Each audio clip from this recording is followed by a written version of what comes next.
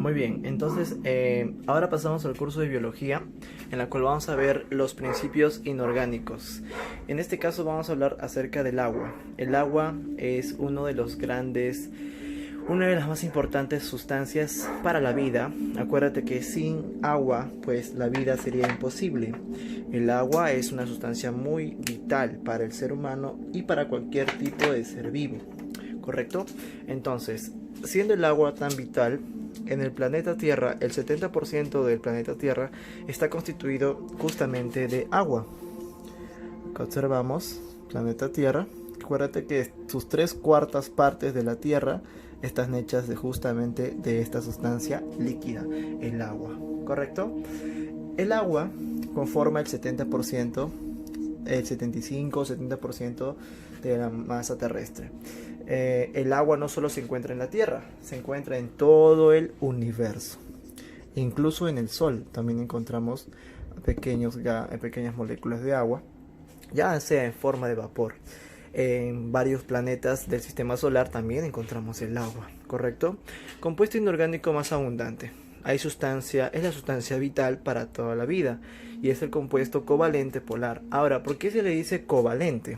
Prácticamente se le dice covalente debido a que sus átomos están constituidos, por ejemplo, acá tenemos una gota de agua, está constituida por más de millones, trillones, cuatrillones de moléculas de agua, ¿no? Son estas moléculas que observamos acá, formadas por dos átomos de hidrógeno y un átomo de oxígeno unidas por un enlace llamado covalente, enlace químico llamado covalente. ¿Por qué se le llama covalente? Porque se une el hidrógeno y el oxígeno, siendo el hidrógeno un no metal y siendo el oxígeno otro no metal. Al unirse un átomo no metálico con otro átomo no metálico se forma un enlace covalente. Este enlace covalente quiere decir que comparten los electrones. Enlace covalente. Se le dice covalente porque comparten los electrones de valencia, ¿correcto? Entonces es un compuesto covalente polar. Ahora, ¿por qué se le dice polar? Porque contiene polo positivo y polo negativo. Me refiero a las cargas. El agua contiene ciertas cargas positivas y negativas debido a su constitución de átomos. Ahora observamos que también se encuentra en el cuerpo humano. Obviamente en todo ser vivo hay agua para poder subsistir. Para poder existir, el agua tiene que estar presente en su organismo en un 70% de su peso corporal. Quiere decir, por ejemplo, si tú pesarías, digamos que tú pesas 50 kilogramos, sería tu masa corporal, no peso, no, sino masa corporal o peso corporal. Entonces el 70% de ese 50%, de ese 50 kilogramos que tú pesas, ¿cuánto crees que saldría? 70% por 50, ¿cuánto es? Aproximadamente será pues 35 litros de agua estaría circulando por todo tu organismo, si en caso tú llegaras a tener un peso corporal de 50 kilogramos, ¿correcto? Entonces esa es la proporción en la cual nosotros podemos enterarnos, información que tú debes conocer, debes manejar para poder hablar acerca del agua. El agua tiene propiedades y características, propiedades físicas, propiedades químicas. Ahora vamos a hablar de algunas características muy vitales e importantes del agua. Observamos que el agua también es una biomolécula formada por un átomo de oxígeno y dos átomos de hidrógeno. Ya te lo expliqué. Es una molécula dipolo, debido a que sus átomos poseen polo positivo y polo negativo, ¿correcto? No conduce la electricidad en estado líquido, o sea, una sustancia, el agua pura, no conduce la electricidad. Pero vamos a ver qué sucede acá. Observa. El agua destilada pura dice que no contiene sales, por lo cual esta dice que no va a conducir la electricidad, debido a que no contiene sales. Me refiero a destilada, el agua que te venden en las farmacias, ¿no? El agua destilada o el agua químicamente pura. Ahora, el agua potable, debido a sus sales, ¿no? Como el cloro, acuérdate que el agua potable pasa por un proceso de potabilización en la cual se le añade sustancias de sales, como por ejemplo en este caso un gas llamado el cloro. Se le añade cloro en el proceso de potabilización, se añaden sales, por ejemplo el cloruro de sodio, el cloruro de potasio. Entonces hay diferentes tipos de sales que se incluyen en el agua, ¿no?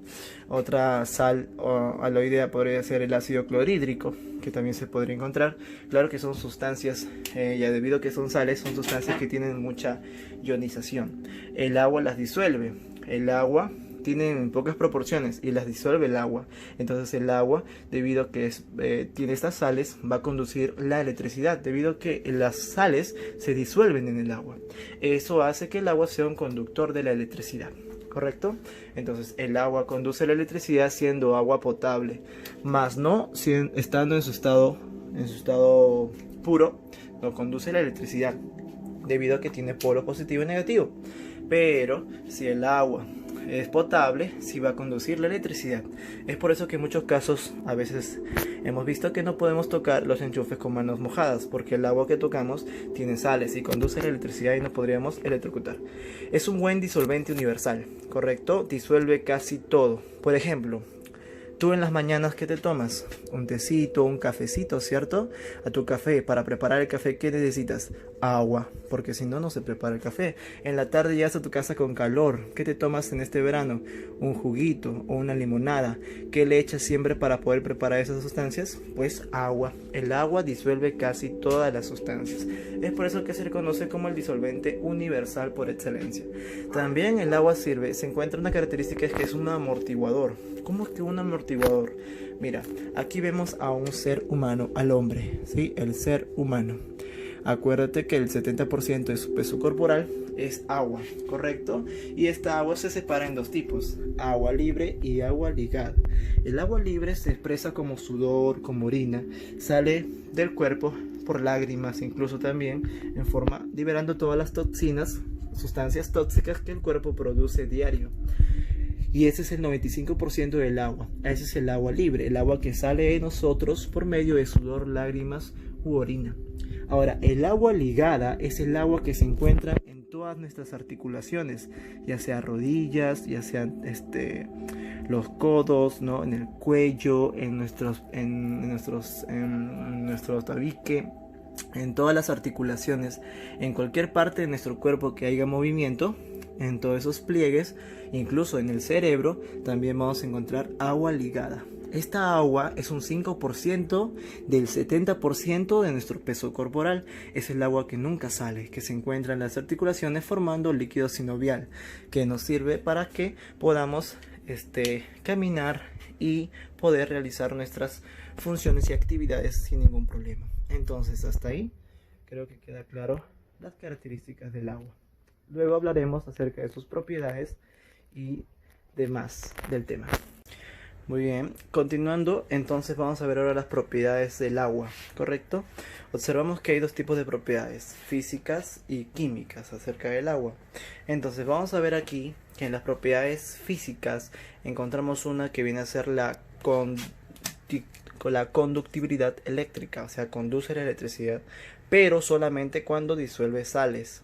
A esta propiedad también se le llama electrolito, ¿correcto?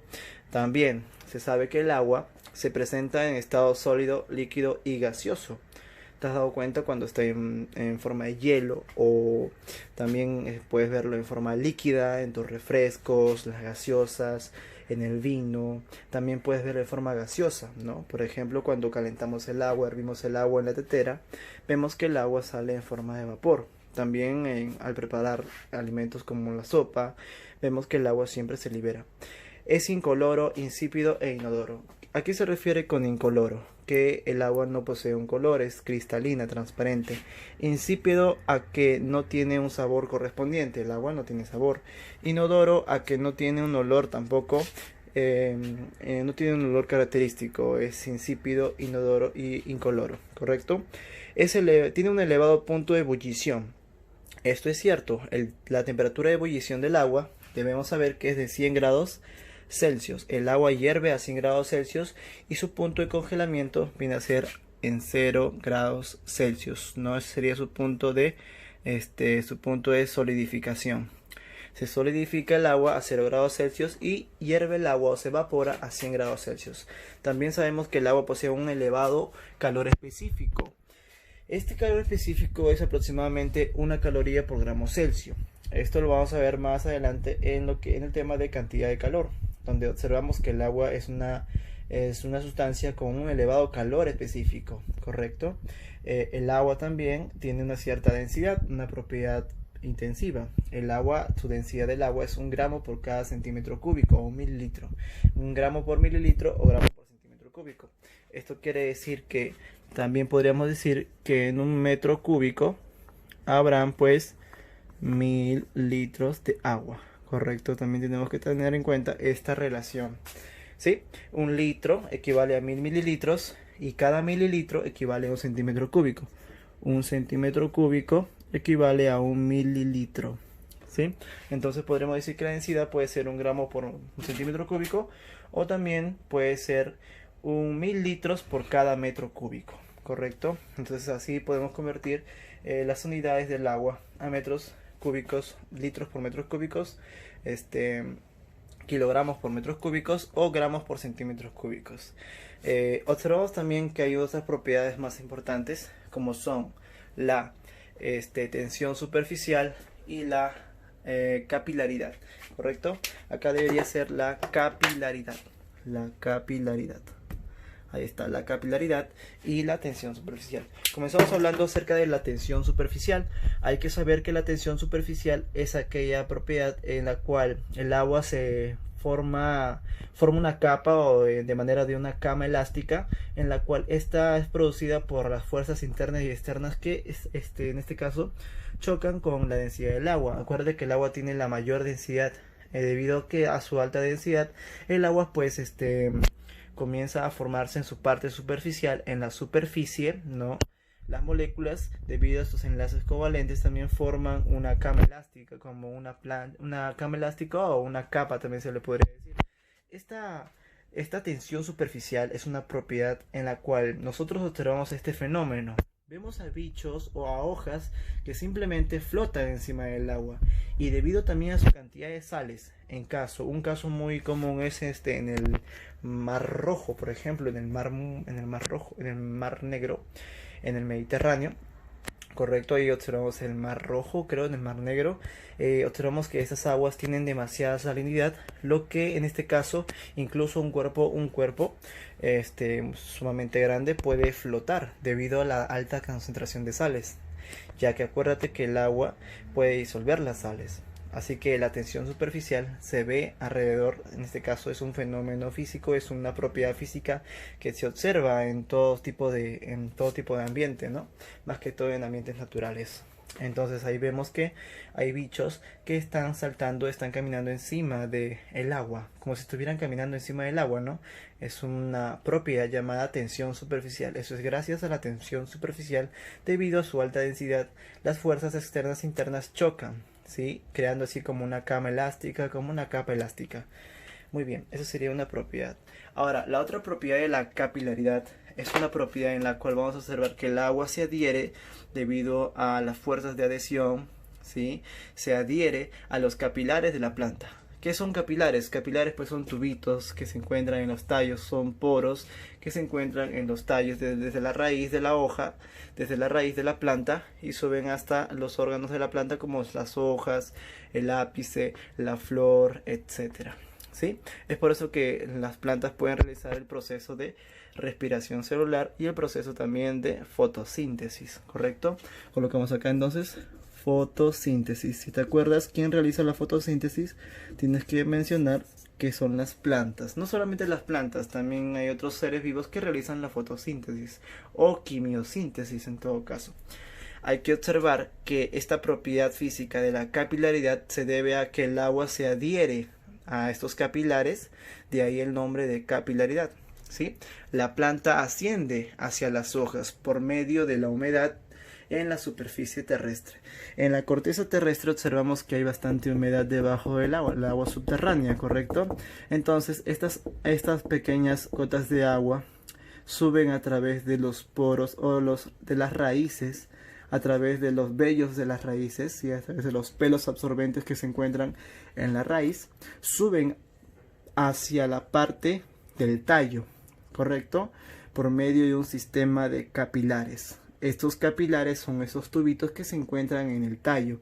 El agua va a ascender por adhesión, por fuerzas de cohesión y adhesión, suben hacia las hacia los órganos de la planta. En este caso me refiero a la hoja, que es el órgano fotosintético, y a la flor, que es el órgano sexual de la planta. ¿Correcto? Así, facilitando los procesos físico-químicos o metabólicos que se van a dar en este organismo viviente. El agua sube por los capilares adheriéndose de manera constante. ¿Sí? Durante el día, durante la noche, el agua llega a subir por medio de los capilares. A eso nosotros le llamamos capilaridad. Ahora, hablando de las propiedades químicas también del agua, observamos que el agua también tiene una composición química, tiene una estructura química. Acuérdate que el agua tiene una fórmula química denominada H2O, ¿no? En química al H2O también se le puede llamar o se le conoce con el nombre Yupac de oxidano. Al agua se le puede llamar oxidano hablando químicamente, ¿sí? Es el nombre químico que se le brinda al agua. No solamente oxidano, hay diferentes nomenclaturas en las cuales se puede nombrar a este compuesto inorgánico, ya sea N-oxidano, como también monóxido de dihidrógeno, o también llamado óxido de hidrógeno, también conocido como el hidróxido de hidrógeno, ¿sí? Más comúnmente llamado agua. Ahora, hay que conocer también que el agua no solamente se presenta de manera química, también se puede presentar de manera, como hemos visto, agua cristalina, agua potable, ¿correcto? Agua destilada, que es el agua química, el agua pura. Encontramos también otros tipos de aguas, ¿no? Por ejemplo, el agua fuerte, el agua en este caso que es contaminada por los mares, el agua con mucha solubilidad. A eso me refiero. Son diferentes tipos de aguas, ¿correcto? También incluso el nombre se adhiere a otras sustancias, como el agua regia, que viene a ser prácticamente sustancias con más énfasis en lo que viene a ser otros compuestos, pero también reciben este nombre característico que viene a ser del agua. Así que el agua es muy conocido a nivel mundial, se podría decir. Acuérdate que las propiedades químicas del agua dependen de su composición química. Hay que saber que el agua está compuesto por un átomo de oxígeno y 2 átomos de hidrógeno. Puedes observar aquí, de manera exagerada, que el átomo de oxígeno es un poco más grande que los átomos de hidrógeno. Esto cabe recalcar que el átomo central será el átomo de oxígeno. Debido a su característica electronegativa, el oxígeno se junta con los átomos de hidrógeno debido a que el átomo de hidrógeno posee carga positiva al encontrarse en la primera familia de los metales alcalinos. Y el oxígeno pues pertenece al grupo de los calcógenos o anfígenos. Es un grupo también de la tabla periódica que más adelante vamos a aprender. El oxígeno, al de ser un anfígeno o calcógeno, posee carga negativa. Y el hidrógeno, al pertenecer a la columna o a la familia de los metales alcalinos, al grupo de los metales, siendo un no metal, por sus características, posee carga positiva. En física sabemos que positivo con negativo se atraen, ¿correcto? Al atraerse, estos forman polos, positivos y negativos. Esto genera que el átomo, la molécula de agua, sea una molécula neutral, sea una molécula polar.